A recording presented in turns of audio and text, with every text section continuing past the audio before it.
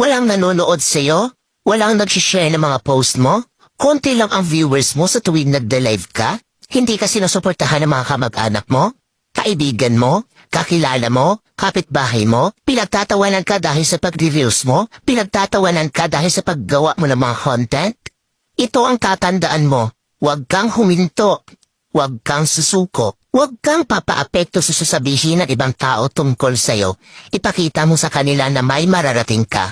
Dahil isang araw, kapag marami ka ng followers, kapag marami na ang sumusuporta sa'yo, kapag marami na ang nanonood sa'yo, kapag marami ka ng viewers, kapag marami na ang nagmamahal sa'yo at sumusuporta sa'yo, kapag marami ka ng payout, kapag sinasahod mo na ang sinasahod ng mga sikat na content creator, kapag mayaman ka na, kapag marami ka ng pera, ay manunood na yan sila sa'yo.